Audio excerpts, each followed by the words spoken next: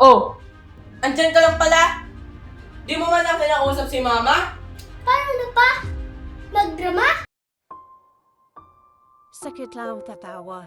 Medyo nilalagnat niya. O yun na. Alagaan mo yung kapatid mo huwag mong papabayaan. Well, mahalang kayo dyan, Lahat ng ginagawa ko ay para sa inyo. Mag-ingat kayo dyan, Alagaan mo yung sarili mo. Kapatid mo, huwag mong papabayaan. Lagi mo siyang babantayan. Maya, papadala uli ako ng pera. Para sa school niyo. Sige na. Andiyan na yata yung amo ko. Yung billing ko sa'yo, Huwag mo papabayaan ng kapatid mo, Opo, Ma.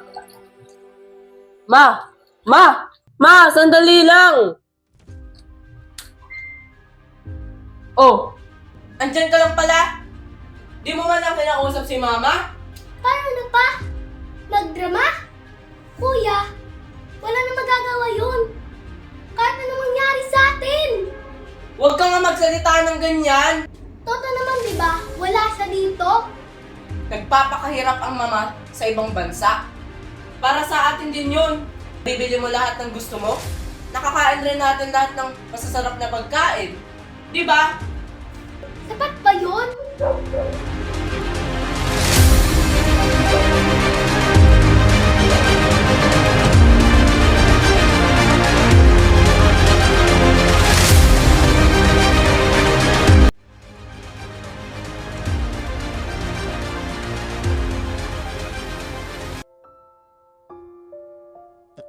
Alam mo,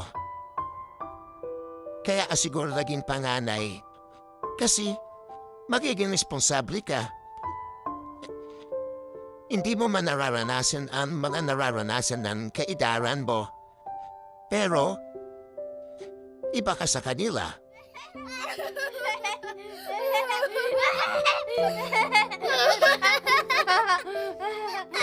Nakakabilib ka na kasi sa edad mo yan, marami ka ng alam.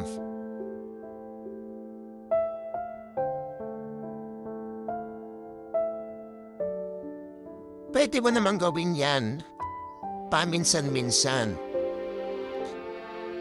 Siguro na yun, akan na bibisi. Dahil mas kailangan ka ng kapatid mo. Mas kailangan niya na pag-aalaga mo, pagbabantay mo. Kasi maliit pa siya. Basta lagi mong isipin, mahal na mahal ka ng nanay mo. Ano man ang mangyari? Tamo, nagpapakahirap siya dun sa ibang bansa, di ba? Kasi mahal niya kayo. Nalulungkot ka, alam ko. Pero, mas nangunguna pa rin o naninibabaw sa iyo ang pagmamahal mo sa kapatid mo.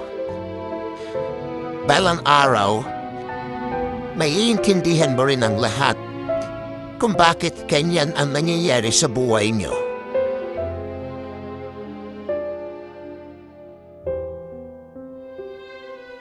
Patuloy mong mahalin ang kapatid mo. Lagi mo siyang unawain. At syempre, alagaan. Mahal na mahal ka rin niya. Siguro, natatakot siya. Kasi, baka sa murang edad niya, ay iwanan mo din. So paramdam mo sa kanya, ang labis mong pagmamahal. Yun ang kailangan niya sa ngayon.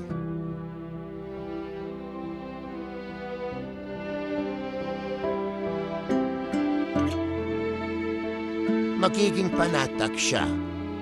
Lalo na kung nararamdaman niya at nakikita niya ang pagmamahal mo.